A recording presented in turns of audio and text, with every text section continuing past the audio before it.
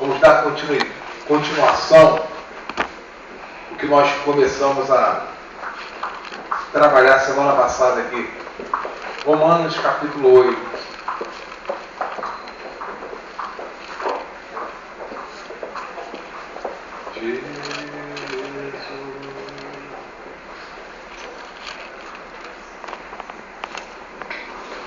Olha o solzinho aí, né?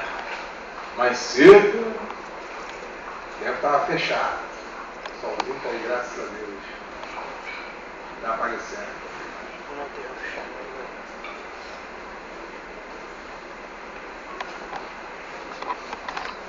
Pessoal, esse capítulo, ou essa passagem, melhor dizendo, de Romanos 8, vem trazendo para nós a dura realidade dos nossos irmãos em Cristo dessa época. E estaremos vendo aqui, ou analisando a nossa fé em cima da fé dos irmãozinhos aqui em Cristo dessa época. Porque Romanos 8 vem relatando justamente a dureza que era nesses dias de servir a Cristo. E a gente vamos estar vendo aqui que eles não se curvavam e não se dobravam. Hoje, servir a Jesus aqui no Brasil é mamão com açúcar. Beleza. Você pode ter certeza. Aqui ninguém corre risco de vida ou de morte. Aqui ninguém é retalhado por falar de Jesus. A verdade toda é essa. Você pode ir para a praça pública e falar abertamente, não pega nada. Você entra no hospital, não pega nada. Você entra dentro do presídio, não pega nada. Mas não era assim nos dias que Paulo escreveu aos irmãos de fé, ou da fé, que moravam em Roma. E nós começamos no versículo 31 assim: que diremos, pois, a estas coisas? A estas coisas. Se Deus é por nós, quem será contra nós? Quem será o quê? Contra nós. Pessoal, nessa época aqui, falar de Jesus era comida de leão. Comida de leão. Os romanos, como até hoje, se você for lá em Roma, você não encontra uma igreja evangélica lá no Vaticano. Principalmente naquela área do Vaticano. Se você for lá e abrir uma portinha para falar de Jesus, eu não sei nem se você volta mais para o Brasil. Se não ficar por lá mesmo. Que Roma sempre caçou e perseguiu o povo de Jesus. Nessa época aqui, era César. Aliás, tivemos 13 imperadores com o título de César. Às vezes fala de César, mas houve Calígula, foi um César. Júlio César foi o primeiro César. E teve mais 11 aí. Então, foi uma dinastia de homens que herdaram o poder de Roma na época aqui do cristianismo, que estava começando, e eles mandavam matar o povo de Deus. Então, na Bíblia, nós não temos esse relato, mas na história paralela, essa época aqui, se você falasse que era de Jesus, você já era aprisionado e, num momento muito breve, seria comida de leão. Então, existia o Coliseu, e as pessoas iam lá para o Coliseu para que os romanos festejassem os leões comendo os seguidores de Jesus. E olha, na época da graça de Deus. Não foi no Velho Testamento. Na época da graça de Deus. Então você vê que hoje ser de Jesus é mamão com açúcar. E eu não sei qual seria a posição da igreja do Brasil se o nosso país, se o presidente da República resolvesse caçar as igrejas. Honestamente, por quê? Veio o pé de vento, o tiro, o estampido foi a 10 quilômetros. a pessoa já está aqui debaixo da cama. Aqui está debaixo da cama. Povo de Deus. O que foi isso? Foi tiro? Soltaram uma bombinha, o cara achou que foi tiro. Estou falando do povo de Deus. É a fé dos evangelhos. Que não era a fé nos dias de Roma. Porque todo mundo sabia que se fosse pego, eles viravam comida de leão. Só que o que confundia os romanos é que o povo, mesmo sendo comida de leão, eles estavam presos por César, eles entravam na arena cantando louvores. Isso nós não temos na Bíblia, mas é relato histórico do povo de Roma, dos dias dos imperadores de Roma. Um exemplo, estava lá os leões famintos, né? Vou te pegar. E estava o povo lá, glória para sempre ao Cordeiro de Deus. E eles eram devorados com um sorriso no rosto. Essa carta, quando Paulo escreveu para os fiéis da fé, que diremos, pois, dessas coisas aí? Isso aí? Não é nada. Porque o nosso foco está no reino eterno. Se Deus é por nós, quem será? Então você pegar esse versículo e mencionar é muito bonito. Mas se você for ver o contexto que essa passagem foi escrita, o bicho estava pegando. E detalhe, nem por isso o povo ficava em casulo. O povo ia para a rua e evangelizava. E quanto mais adeptos eles adquiriam, mais o reino de Deus era povoado. É a época da graça. E a época da graça de Deus. Então a gente vê as pessoas, não, sou de Jesus, sou de Deus. Mas dá um tapa aí. Escuta um barulho de um tapa, a pessoa está quase desmaiando. Jorge, que susto! Muda até a voz. E nem o leão ela viu com um bocão aberto, vou te pegar. Você vai ser minha janta de hoje, o meu almoço. Mas nessa época aqui, gente, era a fé da galera. E você acha que o evangelho encolheu? Você acha que as pessoas ficavam preocupadas? E Paulo estava lá mandando recado, aí, continue firme. Vamos ver, o nosso reino é eterno. Isso aqui vai tudo passar. E passa mesmo. E todos eles morreram, nós estamos aqui hoje. E se Jesus não voltar, vamos morrer e vai vir novas pessoas aí para dar continuidade ao Evangelho. Então, o que diremos diante dessas coisas? Né? O que está acontecendo com você? Qual é a luta que você está atravessando?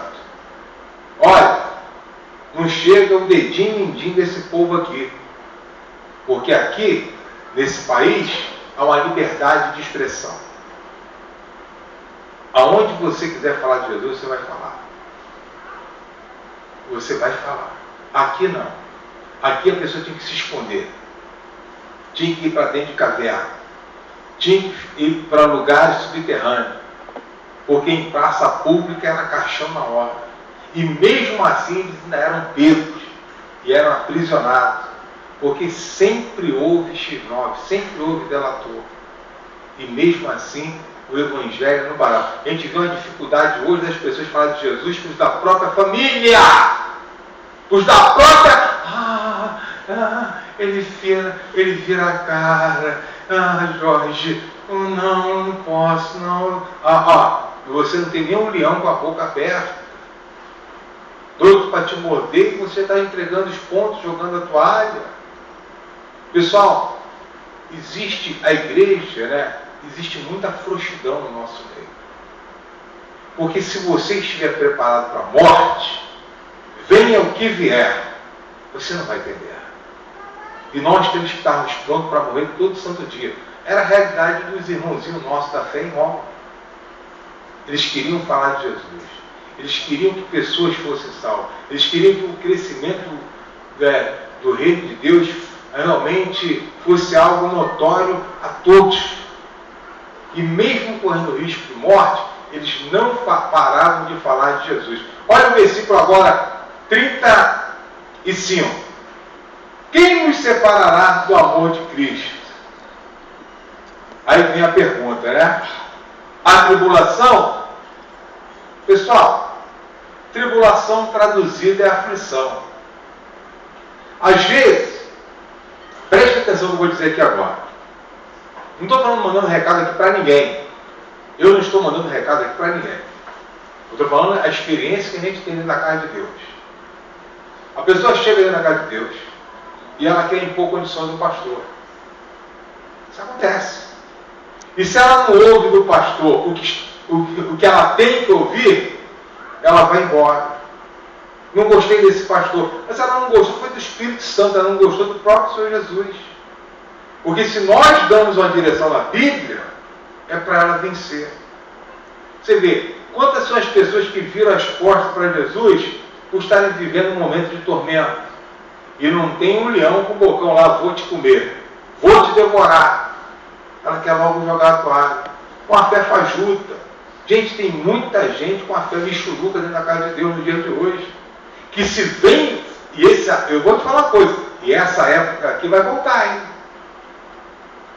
Essa época aqui, quando a igreja subir, quem ficar sai de baixo. Os evangélicos aí, fanfarrão, quem ficar sai de baixo. Hoje nós somos salvos pela graça. Mas quando a igreja subir, os que ficarem, a Roma vai voltar a perseguir. E aí vai ter que enfrentar a morte. Como esse pessoal aqui um dia enfrentou. Isso é Bíblia que eu estou falando. Então a aflição. A pessoa está perturbada. Quando eu era lá de fora, eu estava melhor do que aqui dentro. Me ajuda aí, gente. Você não tem nenhum leão na tua frente. Está nem na África, né? Você que é da Angola, ele está nem na África, lá de frente com o leão. A pessoa aí vem dizendo, quem nos separará do amor de Cristo? A aflição? Infelizmente, tem muita gente virando as costas para Jesus que está passando por um momento difícil. E nem o leão tem na frente dela. E Paulo fala assim, quem nos separará dessas coisas aí? Quem vai fazer com que a gente volte atrás na nossa fé? Um leãozinho de boca aberta? Faminto? Não. Isso aí não vai parar a nossa fé. Vamos crescer. Então não vai ser uma perturbação que vai nos tirar da presença de Deus. Aí diz mais aqui, a angústia, gente, preste atenção. A angústia, ela vem por uma fonte. Eu vou te falar qual é a fonte. Medo. Medo é um espírito, medo é um demônio. E na nossa vida, o medo só sai se nós mandarmos ele embora. Se nós não mandarmos o medo embora, o medo ele não vai embora. Medo é um demônio que não pode fazer parte da vida do povo de Deus. Porque aqui nessa época, e estamos falando da época da graça de Deus, não estamos falando do Velho Testamento, o povo ia para a morte, glorificando a Deus. Porque eles prezavam, assim, e nós temos que prezar acima de tudo, a nossa salvação. Pessoal, quem não tem Jesus, o dia que a igreja subir, é oposição nada. E vão fazer de tudo para tirar a nossa vida. E é o que acontecia aqui na época de Paulo. Ele mandando esse recado, pessoal, continue firme aí. Nada vai nos separar do amor de Cristo. O medo? Quem é o medo diante da salvação que está sobre nossas vidas? Quem é o medo diante do nosso Senhor Jesus? E a gente sabe que, infelizmente, não estou mandando recado para ninguém, estou falando a nível Brasil. O povo daqui é muito frouxo. Muito frouxo. Lá em Israel, o povo é verdade. Você vê que lá o povo gosta da guerra. O couro come solto. Ou o povo para gostar de trocar tiro, são os judeus. A verdade toda é essa. Se eles pudessem, já tinham devastado a Palestina. Se eles pudessem. E são todos irmãos. São todos irmãos. Só que com a divisão lá. Então um povo que sempre esteve pronto para a guerra.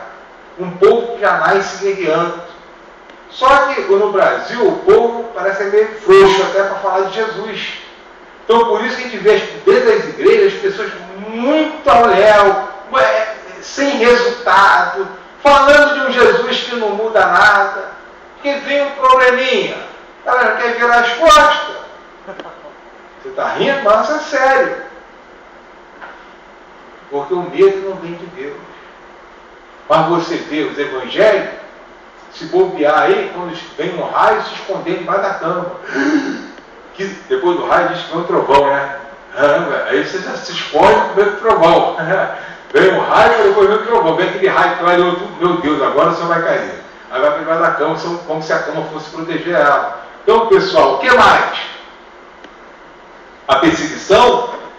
Quantas vezes a gente vê as pessoas aqui, eu sou perseguida no meu trabalho, eu sou perseguida na minha família, o meu vizinho quer meu mal, me ajuda aí. Tem que dar uma pena aqui agora, né? Aí você tem que me ajudar. Porque nessa época de Roma, nada disso afetava o povo de Deus. Mesmo sabendo que estavam indo para a morte. Mesmo sabendo o risco que era falar de Jesus. E diz mais aqui, a fome, a gente vê o desemprego, ele desesperado já, né, quando bate o desemprego na porta, a nudez, o perigo ou a espada. Olha só, gente, eu quando, um dos primeiros livros que eu li, foi do Atmani, acho que se não me falha a memória, o Ser Espiritual. Esse camarada pregava na China. A China hoje já tem algumas igrejas lá. Só que é o seguinte, se fosse pego na época dele, era morto na hora. E não tinha conversa. Mas alguém tinha que pregar o Evangelho. E vários pregadores morreram na China. Vários pregadores do Evangelho morreram na Argélia. Isso de 70 para cá. Na Romênia, nesses países aí que eram cortina de ferro, na Rússia, mas alguém tinha que ir lá falar de Jesus. E nós estamos vivendo a época da graça de Deus. Alguém conhece esse pastor chamado Josué Orion? Já ouviu falar nele? Eu não conheço, não. Ele teve regularidade comigo, eu sou um pouquinho mais velho do que eu. Ninguém conhece não? Josué de Orion? Esse camarada, quando resolveu ser pastor, não tinha ninguém para ele pregar. Sabe o que ele fazia? Pendurava lá, uma armadeira lá, melancia. E ficava melancia na armadeira. Isso aqui, ele é do Paraná. Ele começava a pregar para as melancias. Não tinha gente, começou a pregar para as melancias. E resolveu ir para fora do Brasil. Quando chegou numa das passagens dele aí, quando ele chegou no México, pegaram ele pregando o Evangelho. Sabe, isso aí ninguém sabe, porque não é um pastor que está na televisão todo dia. Então ninguém sabe disso. Mas é um pastor nosso aqui. Ele é até da Igreja Batista. Esse pastor, simplesmente, quando os mexicanos pegaram ele pregando o Evangelho, quebraram as pernas dele e falaram: amanhã você vai ser executado. Aí os irmãos da fé invadiram a delegacia naquela noite, conseguiram tirar ele lá da delegacia e jogaram ele dentro do avião para voltar para o Brasil. Só que com as pernas quebradas. Quebraram as pernas porque falaram: daqui tu não sai mais, daqui tu sai para o caixão. E é um pregador daqui, é um pastor, tem regularidade comigo. Então falar de Jesus aqui, gente, é mamão com açúcar. E você vê as pessoas assim, jogando Jesus fora como se fosse balão de gás.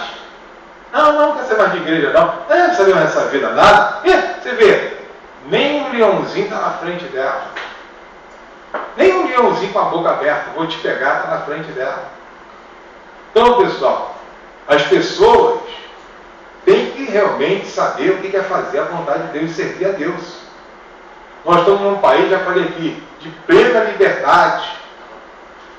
Plena liberdade. Nessa época aqui, o couro comia solto na vida do povo de Deus. Josué de Orion, que regularidade comigo, se ele for um pouquinho mais velho do que eu, há menos de 20 anos atrás, quase que tinha sido sepultado lá no México, por pregar o Evangelho. E quantos são os pastores que são mortos aí nos dias de hoje para ir lá para o Haiti, para ir para o norte da África, norte da Índia? Alguém tem que falar de Jesus para esse povo. E eles vão sabendo que a morte é algo iminente. Já falei aqui uma vez, eu lembro que há uns 20 anos atrás, mais ou menos, daí para lá, eu conheci um pregador da Venezuela, da Colômbia, os três juntos. Venezuela, Colômbia e Bolívia. E eles falavam assim, ó, toda noite nós temos que dormir numa casa diferente. Que se nós repetirmos a noite na mesma casa, no dia seguinte nós somos mortos.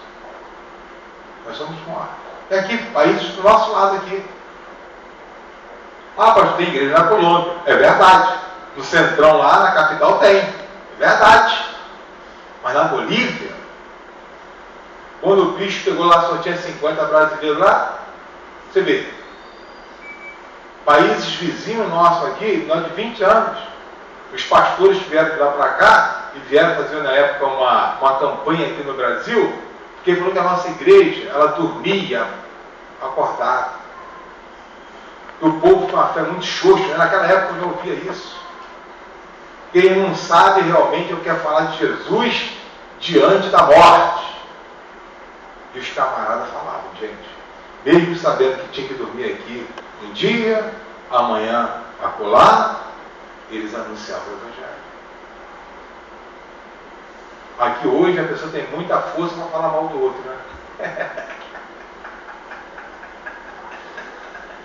Vai puxar o tapete do outro, tem uma força, viu, gente? Eu quero ver vai encarar um leão. É? Ó, até a pessoa não tem coragem de ir na favela falar de Jesus. Gente, o camarada joga com a Bíblia na mão em qualquer favela do Rio de Janeiro. Ele está correndo o risco de todos os bandidos pedir para ungir e abençoar eles todos. Sabia disso? Ah, me abençoa aqui, para Deus me guardar nesse dia, no meu trabalho, é para o meu trabalho. Verdade! Viu os irmãozinhos, ora por mim aí, para Deus me guardar no meu trabalho. Aqui é um cara com fuzil R15, para me guardar no meu trabalho. E os irmãos, uma pessoa. Verdade, gente. Aí você vê a pessoa. Será que ela está preparada mesmo para ver a glória de Deus? Porque uma vez, se nós somos sabedores da nossa salvação, as bênçãos são algo iminente. Então, a convicção que nós temos que ter é que o dia que nós partirmos daqui, vamos morar realmente com Jesus para todo sempre. Aí diz mais aqui. Como está escrito? 36, não é isso? Verdade. Por amor de ti somos entregues o que mesmo? A morte. A morte todo dia. Fomos reputados, conduzidos como ovelhas para o que mesmo, gente? Matadouro. Olha só, gente. Então, todo mundo que servia Jesus, todo mundo que entregava a vida para Jesus, na época do apóstolo Paulo em Roma, sabia que a morte era algo iminente. Entregou a vida para Jesus, então você sabe que você já pode morrer de hoje para amanhã. Então o que tem que estar garantido? A salvação.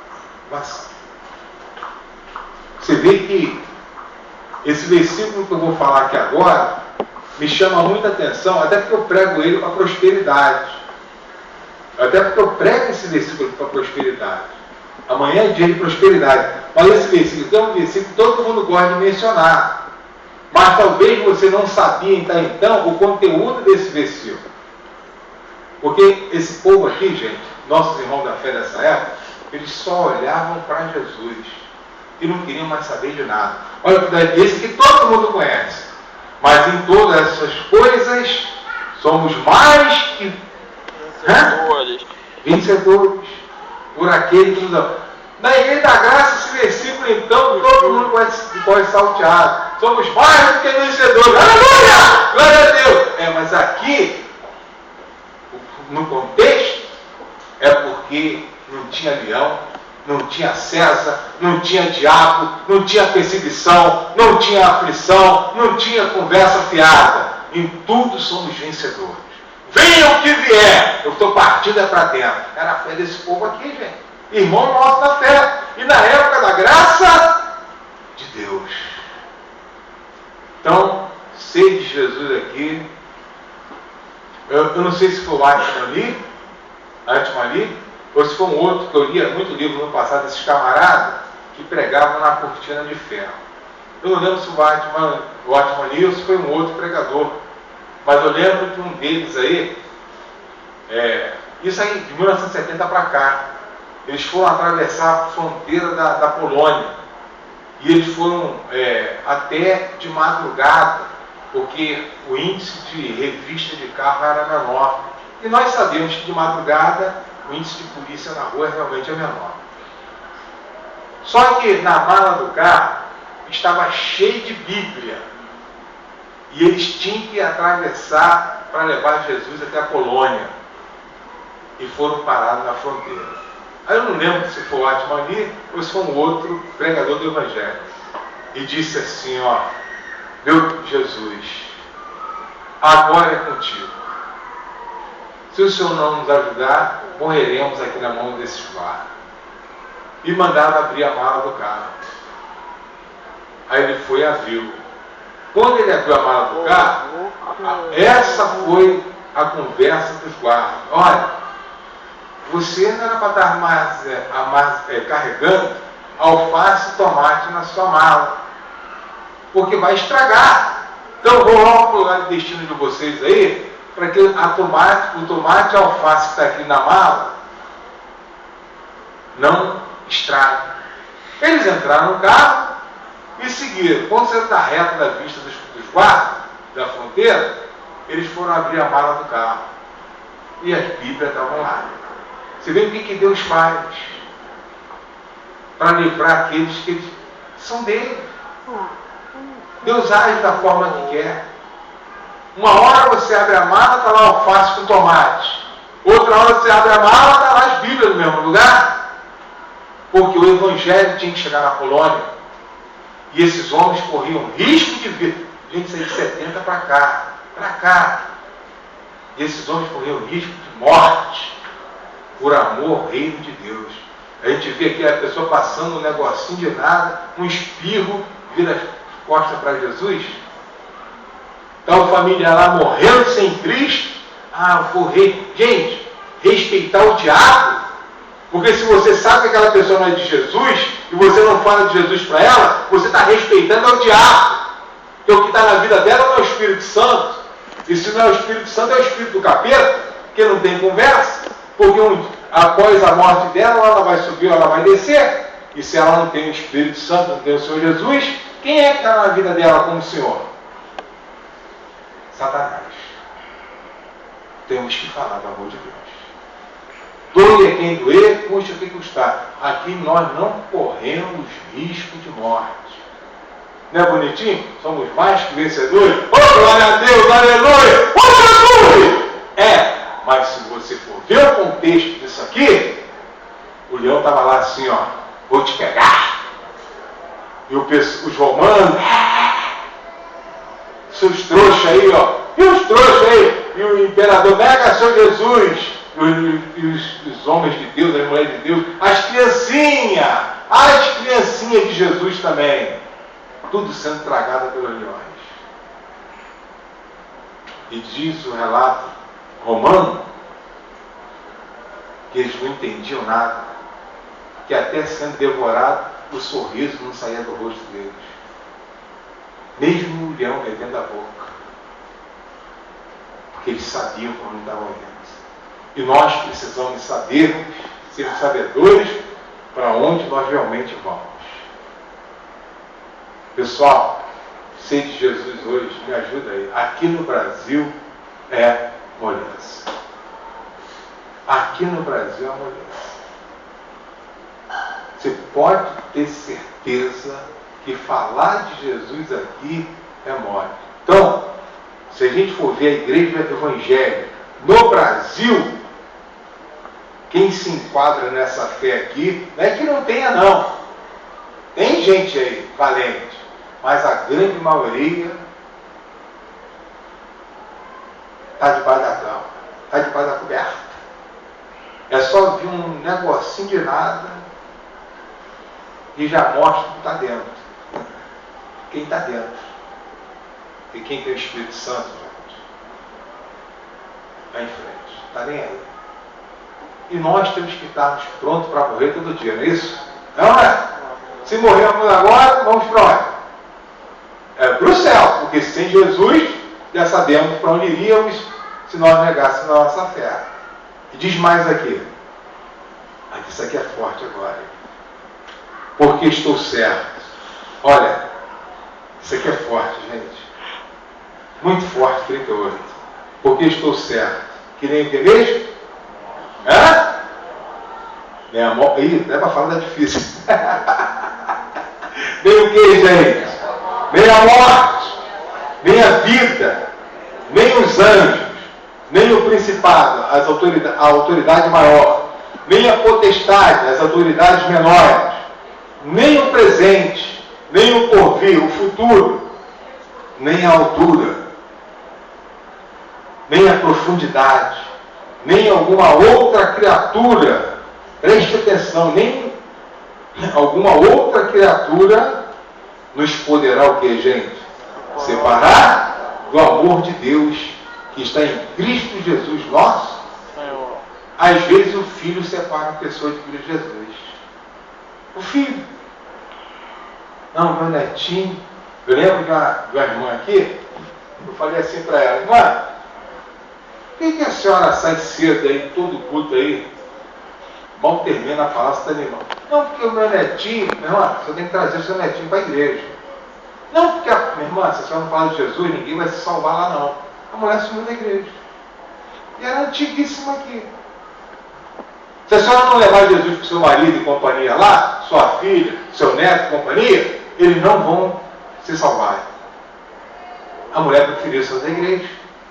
E aqui está dizendo que nem a morte, nem a vida, nem a potestade, nem o principado, nem criatura alguma nos poderá separar do amor de Cristo. Você vê como é que as pessoas jogam a toalha? Não, porque o meu marido, porque a minha esposa, porque o meu filho. Essa pessoa não teve um encontro com Deus. Ela não conhece Deus. O Deus da Bíblia, ela não conhece. Porque nessa época aqui, gente, o povo não estava nem aí. A minha esposa, que está por aí, já vi ela por aí, eu lembro que uma vez eu falei, uma semana antes de eu casar com ela, eu falei assim: esposa, eu tenho que te confessar uma coisa. Na minha vida tem alguém mais importante do que você. E você tem que saber disso. E por causa dessa pessoa, se você não der ouvido, você já ficou para trás. A minha esposa ficou paradinha, só olhando para mim com o olho meio esbugalhado lá, né? Uma semana para casar. Eu falei que ela tinha uma semana para pensar se ela queria realmente casar comigo ou não. Mas eu falei para ela: ó, Jesus está na tua frente. E se você tiver que ficar para trás, tu vai ficar para trás. Você já está para trás.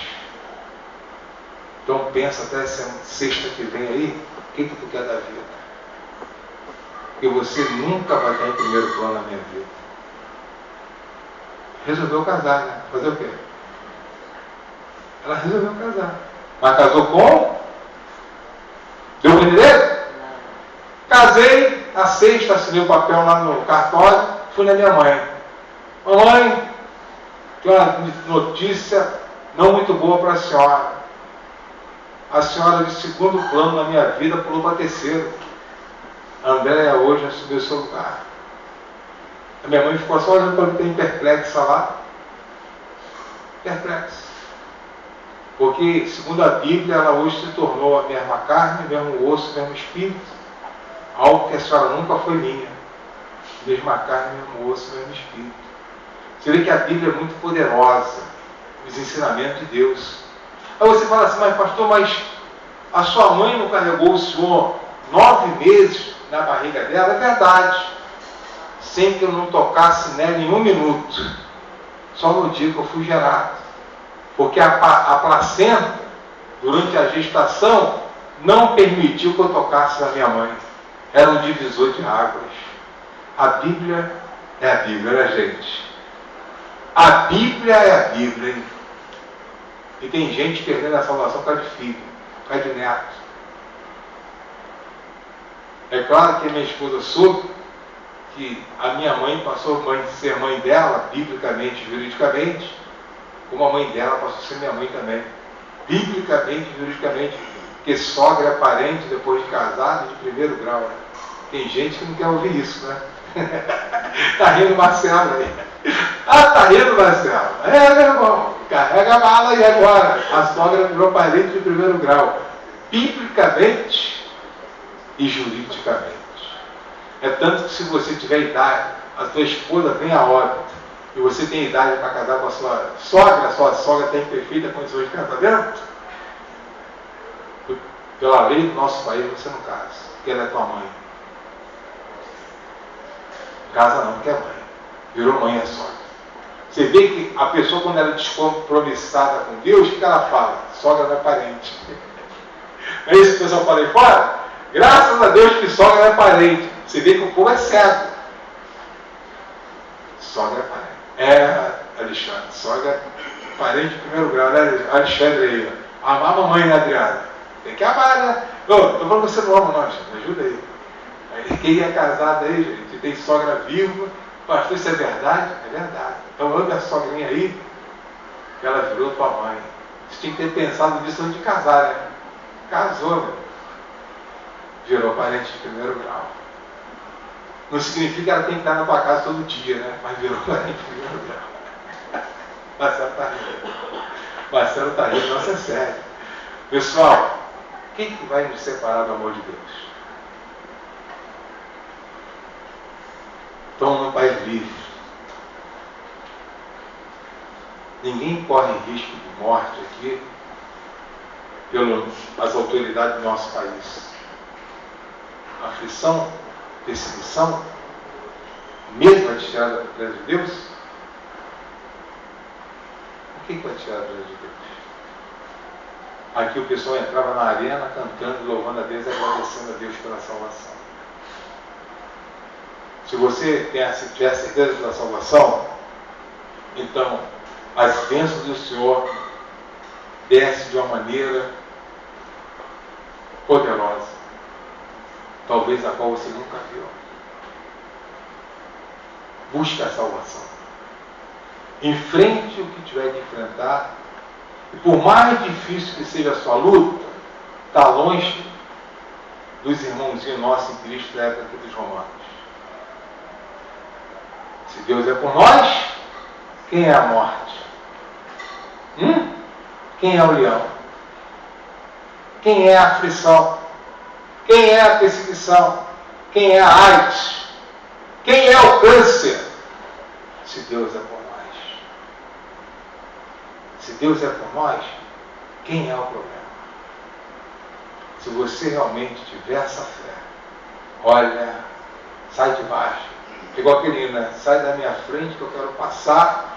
Se não sair agora, eu vou passar por cima. É a fé. Você enfrenta tudo sabendo que Deus te honrou, vai te corresponder. Amém? Vamos falar com Deus? Pastor, eu não peguei esse propósito, semeando para crescer. E eu tenho que semear fé. Então você, olha, semeia fé. Fala com Deus. Meu Deus, eu quero ter essa